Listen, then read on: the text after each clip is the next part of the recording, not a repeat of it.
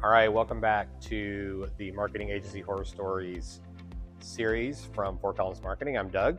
So this is episode 2, and we are going to dive into website projects.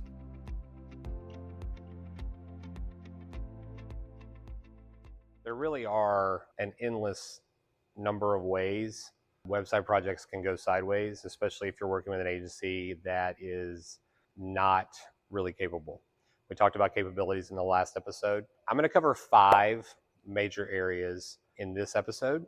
And if you have questions about other ones or questions about these, leave us a comment, shoot us an email. Happy to answer those offline.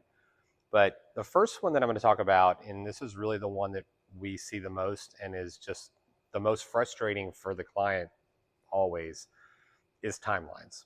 We've literally seen website projects that have gone on for over a year and a half. I think the longest we've seen someone be working with an agency and still not be at the point of a website being finished was over 2 years. And that's just simply should not happen. When we work with clients, what we tell people is that websites are a 4 to 6 month process depending on the scope and the size of the site. If the client is responsive and getting us feedback and getting the content that we need, getting websites done in 4 months is absolutely pretty normal. So, for a client to be waiting around for 9, 10 months and only have a design of a website done because of the agency taking that long is simply unacceptable. Second, let's talk about scope.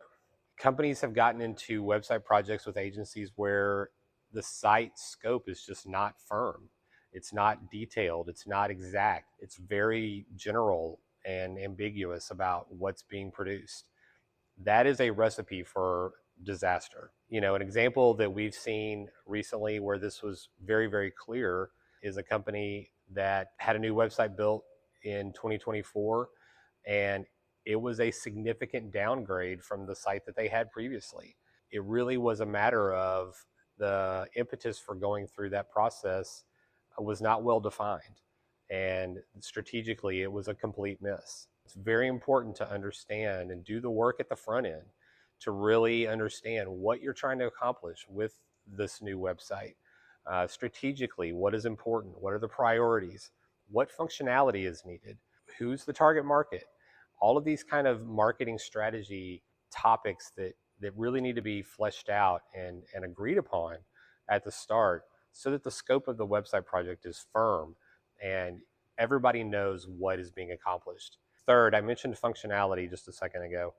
A lot of times companies start a website project because they want their new website to do something specific. I've mentioned a story in episode 1 where a really compressed timeline got created because an agency said they could create a website with certain functionality, but then they really couldn't deliver.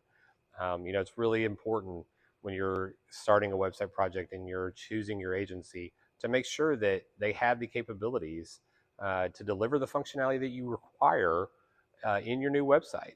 Otherwise, you're just creating a situation where you're going to waste 4, 6, 12 months and be starting all over, and nobody wants that. A fourth area that's really important to understand is to understand the technology behind websites. Of course, you're not going to be an expert, and that's fine. But when you are engaging in a website project, it's important to at least understand the basics around the technology. We've seen an example recently where a company hired a firm to do a technical upgrade on their website, and the fact is the scope of work was not significant and the price tag was. And if the company had even a base level understanding of the technology and what was actually being done, they would have made a better decision. And so understanding the CMS that your website is on, which is a content management system that manages the back end of your website, understanding hosting and coding languages, at least enough to understand what your site is built on and where it's hosted and so forth. Understanding SEO enough to understand, what kind of scope is reasonable. All of these things are going to help you make better decisions. So we just want to help you understand that, the technical aspects of website projects are key.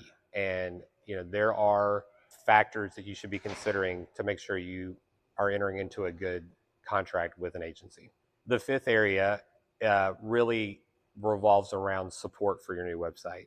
Understanding the components of what good website support consists of is very important.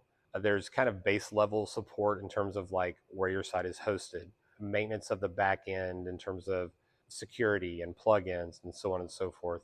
That's a base level of website support that you need to make sure the agency you're working with is doing and doing well, and understand what the right price tag is for that. It should not be $500 or $1,000 every single month.